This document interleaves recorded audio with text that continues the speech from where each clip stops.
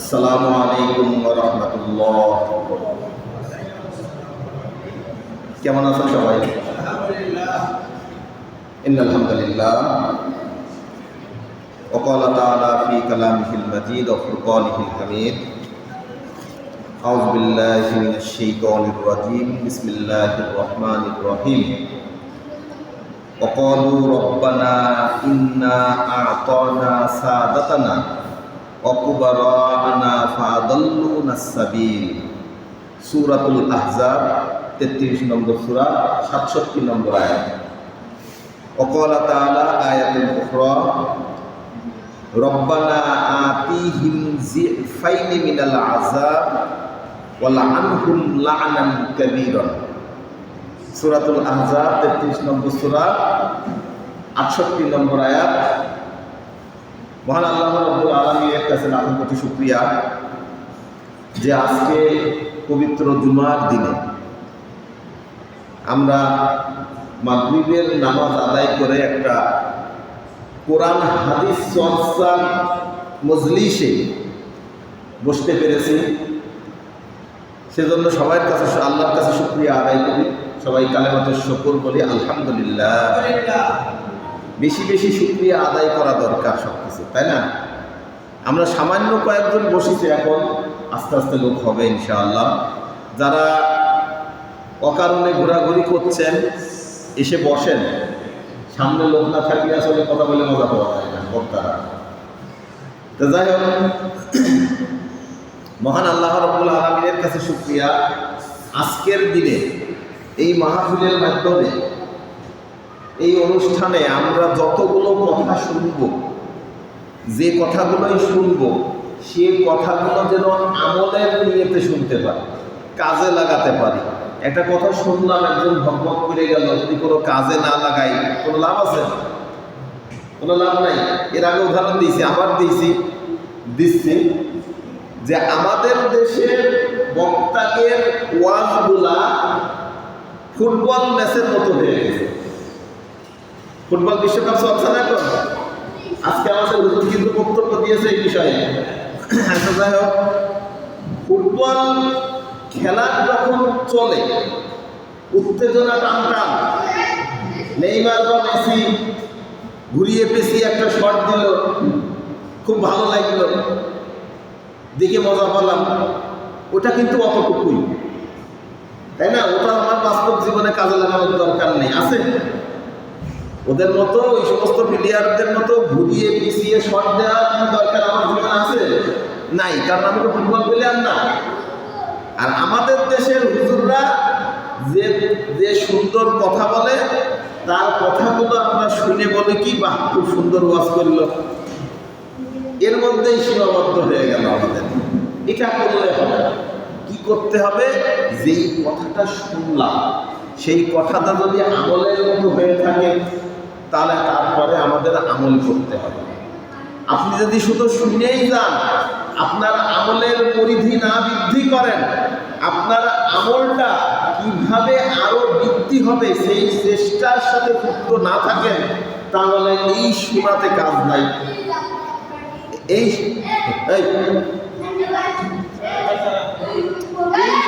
এই শোনাতে কাজ হবে না। আপনাকে অগ্রসর হতে হবে। আপনাকে এখন ধরে বাইন্ধে, আপনারা বড় মানুষ, আপনাদেরকে ধরে বাইন্ধে তো কেউ আমল করাতে পারবে না, সম্ভব না। কাজে আপনারা যখন নিজে অগ্রসর হবেন তখনই আপনারা আমলিয়াতের পরিবর্তন সম্ভব, তাছাড়া সম্ভব না। তাহলে আমাদের আগানো দরকার না? আগানো দরকার। আমরা অনেকের অভ্যাস আছে, ওই সারা জীবন ছোটকালতে বাপদাদার দিকে এসে মসজিদ তো তিনটে সরাই দাও, ওই বাপদাদার দিকে এসে কি জুমার নামাজের সময় ওই নামাজ পড়াই 10 মিনিট আগে মসজিদে আসলাম, হুজুররা কি বক্তব্য দিল, কি ভগবত করলো, সে সমস্ত শোনার কোনো গুরুত্ব দেয় না। এই ছেলেটা খুব ভালো লাগছে, সেটার বিষয়ে তাদের কোনো গুরুত্ব নাই। ওই সারা কালই জুমার নামাজ পড়তে যাচ্ছে কখন, আরবি খুতবা যখন আসে, বক্তব্য যখন শেষ হয়ে যায়, এসে নামাজটা পড়ে, কোনো মাসলা মাসাইল শিক্ষার বিষয়ে অগ্রসর হয়নি। কেন? যারা এমন কাজগুলো করেন, আপনারা কি চেষ্টা করতে পারেন না যে না আজকে হুজুরের কথা সম্পূর্ণটুক শুনবো? শোনা যায় না, বলা যায় না, চেষ্টা করা যায় না? এই চেষ্টা করতে হবে, তা না হলে আপনি শিখবেন কিভাবে? আমাদেরও দোষ আছে। আমাদের মতো হুজুররা কি করি আমরা পড়াশুনো করে আসি না, ভালো ভালো কথা বলতে পারি না, বুঝাতে পারি না, তা লোক আসলে কি করে?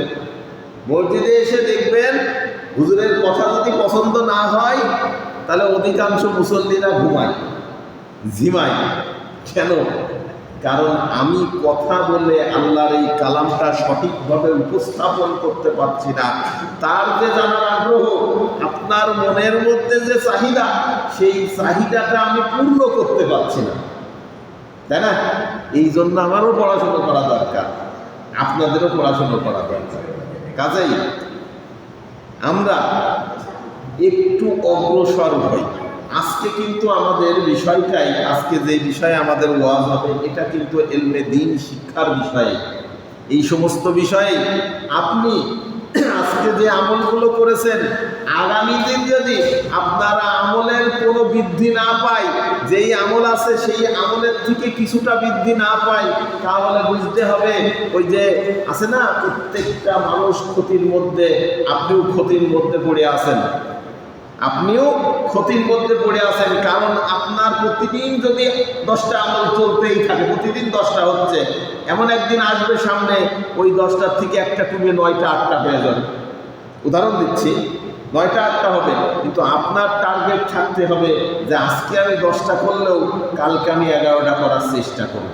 তাহলে 11টা হয়েও যেতে পারে, না হলে 10টা তো হবেই। এটা উদাহরণ দিলাম, আর কি বুঝে নেন। অর্থাৎ প্রতিদিন আপনাকে চেষ্টা করতে হবে আপনার আমল কিভাবে বৃদ্ধি পায়, এটা চেষ্টা করতে হবে। তা না হলে কিন্তু আমরা যে কোনো সময় শয়তান আমাকে ঢুকাই ফেলে দিতে পারে। শয়তান আমাদের প্রকাশ্য শত্রু। গত জুমাতেও আমি নামাজ পড়ানোর সময় বলছিলাম, শয়তান আমাদের প্রকাশ্য শত্রু।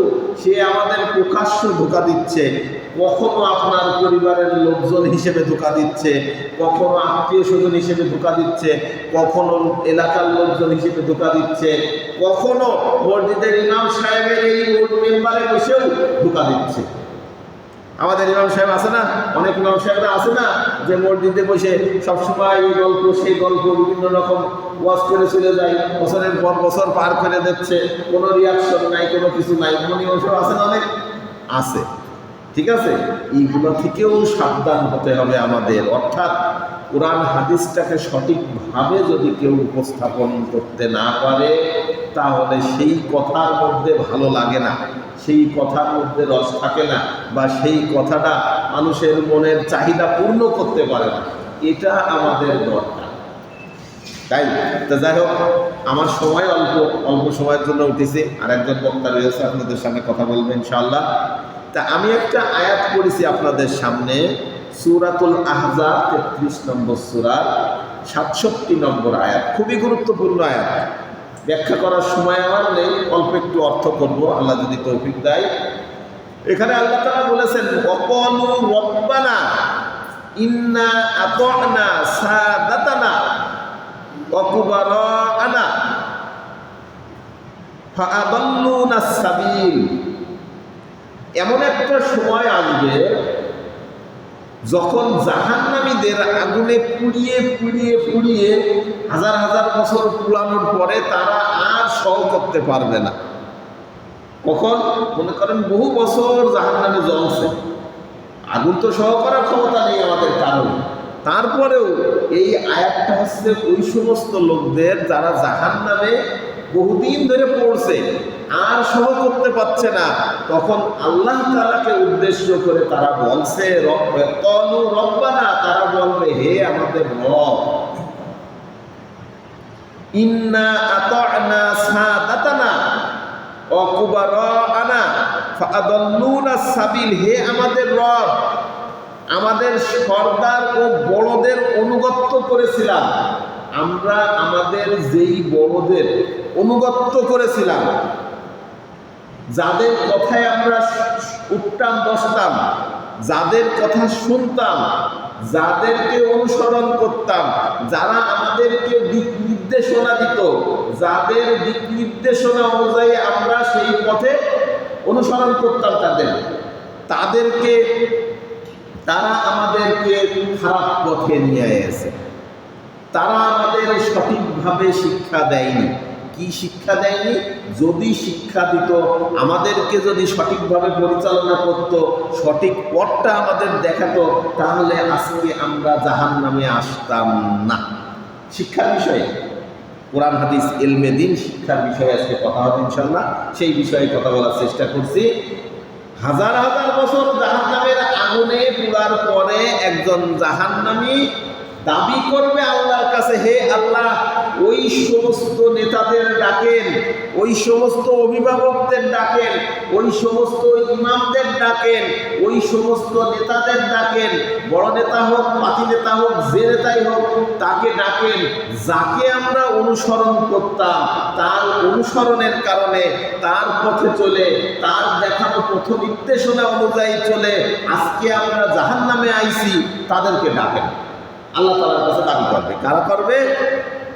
নেতার উম্মতরা। অর্থাৎ আমরা যদি হুজুরে পাক সাল্লাল্লাহু আলাইহি সাল্লামকে অনুসরণ করি, তাহলে আমরা হুজুরে পাক সাল্লাল্লাহু আলাইহি সাল্লামের উম্মত, তাই তো? উম্মত মানে কি? যিনি অনুসরণ করে আর কি, নেতাকে অনুসরণ করা।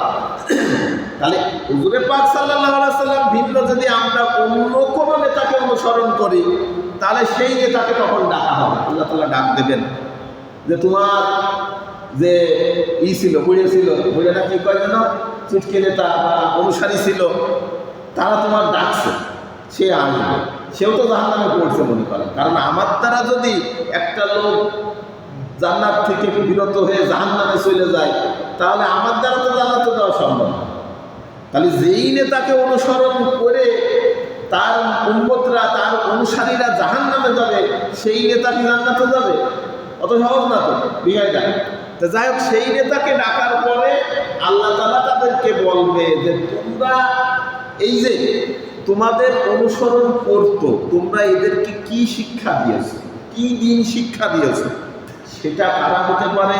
সেটা আপনার পিতামাতা হতে পারে, সেটা আপনার নেতা হতে পারে, সেটা আপনার অনুসরণীয় ব্যক্তি হতে পারে, সেটা আপনার ইমাম সাহেব হতে পারে, সেটা আপনার খতিব সাহেব হতে পারে, অথবা সেটা আপনার মুরব্বী হতে পারে, যাকে আপনি অনুসরণ করতেন।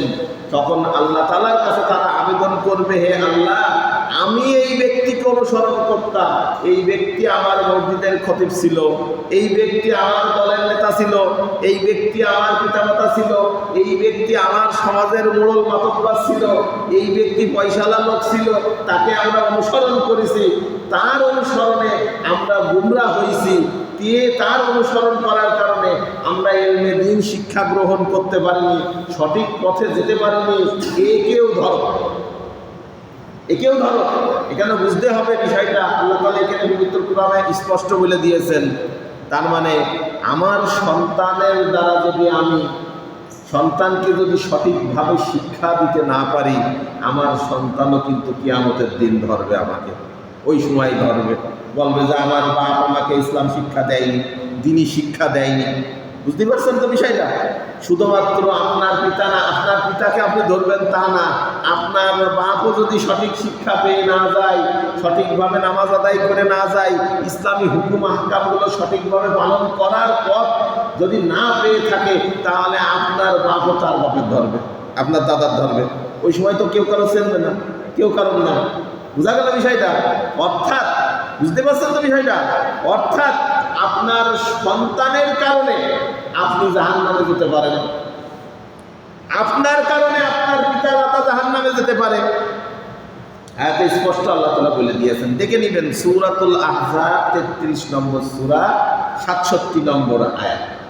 এখানে স্পষ্টভাবে আল্লাহ তাআলা বলে দিয়েছেন, জাহান্নামীরা আগুনে পুড়ে পুড়ে আর যখন সহ করতে পারবে না, তখন বলবে যে আমরা তাদের অনুসরণ করতাম, আমাদের সেই নেতা, সেই ইমাম সাহেব, সেই পিতামাতা, সেই স্যার, সেই শিক্ষক, তাদেরকে ডাকো, তাদের দেখানো পথে চলে আমরা সঠিক পথ পাই না। তারপরের আয়াতে মহান আল্লাহ তাআলা বলছেন, রব্বানা আতিহিম যিফাইনি মিনাল আযাব ওয়াল আনহুম লা'নান কাবীরান, সূরাতুল আহজাবের 68 নম্বর আয়াত, 33 নম্বর সূরার 68 নম্বর আয়াত। এখানে বলছে ওই সমস্ত কাফেররা বা যারা জাহান্নামীরা উঠছিল তাদেরকে ডেকে আল্লাহর কাছে আবেদন করবে, এই সমস্ত ব্যক্তিদের কারণে আমরা পথভ্রষ্ট হয়েছি, সঠিক পথে চলতে পারিনি, এদেরকে দ্বিগুণ আযাবে নিপতিত করো। যে আযাব হচ্ছিল তার থেকে আযাব আরো দ্বিগুণ বাড়িয়ে দাও এবং তাদের জন্য হাজার হাজার লানত, শতগুণ লানত বর্ষিত হোক। এই দোয়া আল্লাহর কাছে, এই দরখাস্ত কামনা করবেন। বুঝতে পারছেন? আমার নেতা, আমি এখানে বসে কি কথা বললাম, কোন কথাটা বললাম, কোন পথগ্রস্ত হলো কিনা আমার কথার দ্বারা এলাকার কোনো সমস্যা হলো কিনা, যুবক শ্রেণী তারা কোন পথে পা বাড়াইলো আমি কোনো নির্দেশনা দিতে পারলাম না, ইমাম সাহেব এখানে বসে যে খুতবা দিবে তার মধ্যেও কিন্তু শয়তানের ধোঁকা থেকে যাচ্ছে যদি তিনি সঠিকভাবে শিক্ষা না দিতে পারেন। এখানের কথা বলছি না, সব জায়গায় কথাই বলছি, যেই মেম্বার থেকে সত্যকে সত্য হিসেবে উপস্থাপন করা হচ্ছে না, সেখান থেকেই সমস্যা তৈরি হচ্ছে। আমাদের দেশের মসজিদের খতিবগুলা যদি সঠিকভাবে দিক নির্দেশনা দিত, প্রতিদিন প্রতি সপ্তাহে একদিন জুমার সময় এই দিক নির্দেশনা পেয়ে আমাদের অধিকাংশ এলাকা সংশোধন হয়ে যেত না। আমাদের লোকরা বুঝতে পারে না, কোন পথে পা ফেলবে, কোন পথে চলবে, বুঝতে পারে না। কেন বুঝতে পারে না? এই যে এক সপ্তাহ পরে আপনি আসছেন মসজিদে এসে হুজুরের কিছু কথা শুনছেন, তার মধ্যে কিছু মাসলা মাসাইল থাকবে, কিছু দিক নির্দেশনা থাকবে, কিছু উপদেশমূলক কথাবার্তা থাকবে, কোরআন হাদিসকে সঠিকভাবে উপস্থাপন থাকবে। এটা যদি না থাকে তাহলে আপনি এখান থেকে বইয়ে কি নিয়ে গেলেন, কি শুনলেন? আপনার যে ব্যাটারিটা চার্জ করতে আসছিলেন, জুমার দিন যাই হুজুর ব্যাটারিটা চার্জ করে দিবে, কি চার্জ হলো, যাই আপনার আমলের কি পরিবর্তন করবেন, এটা তো বুঝতে হবে না? হ্যাঁ, এই বিষয়ে কিন্তু আপনাকেও সোচ্চার হতে হবে, আপনাদেরও ইমাম সাহেবদেরকে ধরতে হবে, যারা কথা বলছে তাদেরকে বোঝাতে হবে, বলতে হবে, ভদ্রভাবে বলতে হবে যে আজকে যে আপনি বক্তব্যটা দিলেন, আজকে যে কথাগুলো আপনি বললেন, এই কথাগুলো সমসাময়িক কোন বিষয়ের সাথে মিলিত আছে আমাকে একটু ব্যাখ্যা করে দেন। যদি বুঝতে না পারেন, আপনি যে উপস্থাপনটা করলেন, এই যে 20 মিনিট আমার 20 মিনিট 25 মিনিট কথা বলে আমাকে সময় আমি ব্যয় করলাম, আপনার কথা শুনলাম, আপনি কোন বিষয়ে কথা বলতে চেয়েছেন বা কি বোঝাতে চেয়েছেন আমি বুঝতে পারিনি, আমাকে বুঝান বা বুঝিয়ে দেন। ইমাম সাহেব বাধ্য আপনার তাকে সময় দিয়ে তাকে বোঝানো। বোঝা গেল? আমাদেরও সোচ্চার হতে হবে, আমাদেরও চুপ করে বসে থাকলে হবে না, আপনাদের কথা বলতে হবে, প্রশ্ন করতে হবে, সাহস সঞ্চার করে। ঠিক আছে? তাহলে এখানে আমি যে আয়াত দুটো আজকে পড়েছি শিক্ষা সংক্রান্ত, আপনার দ্বারা যদি কেউ পথভ্রষ্ট হয়, আপনি যদি আপনার সন্তানকে ইলমে দ্বীন শিক্ষা দিয়ে না দিতে পারেন, তাহলে কিয়ামতের দিন আপনার সন্তান আপনাকে ধরবে, আপনিও আপনার পিতামাতাকে ধরবেন, ধরে আল্লাহকে বলবেন যে এই ব্যক্তির কারণে আমি ইলমে দ্বীন শিক্ষা গ্রহণ করতে পারিনি এবং সঠিক নিয়মে সঠিক পদ্ধতিতে আমল করতে পারিনি, তোমার কোরআন হাদিস বুঝিনি, সঠিকভাবে চলতে পারিনি, আজকে আমি জাহান্নামে আইছি। এই ব্যক্তিকেও, সে ব্যক্তি যেই হোক, নেতা হোক, নেত্রী হোক, মাতা হোক, পিতা হোক, ইমাম সাহেব হোক, যেই হোক না কি ধর্মী, মুরব্বী হোক, গার্জেন হোক, যেই হোক না কেন, তার জন্য আল্লাহর কাছে দরখাস্ত করবে, একে দ্বিগুণ আযাবে নিপতিত করো, দ্বিগুণ আযাব দাও। আল্লাহ তাআলা তখন যদি দরখাস্ত কবুল করেন, তখন কি হবে চিন্তা করে দেখেন। কাজেই আপনার অধীনস্থ যারা আছে তাদেরকে ইলমে দ্বীন শিক্ষা দিতেই হবে, এটা আপনার পরে খরচ, আপনার সন্তানের শিক্ষা করাও খরচ। বুঝতে পারছেন বিষয়টা? আমার কথা এতটুকুই, আলোচনা এই বিষয়ে আলোচনা আগেও করেছি। তো যাই হোক, আমাদের মুয়াজ্জিন সাহেব আছেন, উনি কথা বলবেন, তারপরে মাহফিল প্রধান বক্তা আসবে, ঈশান নামাজ পড়াবে ইনশাআল্লাহ, উনি কথা বলবেন। বাইরে যারা আছেন সবাই চলে আসেন, দ্রুত চলে আসেন, আলোচনা হবে এখনই। আমরা আলোচনা শোনার জন্য প্রস্তুত হই। আলহামদুলিল্লাহি রাব্বিল আলামিন। আসসালামু আলাইকুম ওয়া রাহমাতুল্লাহ।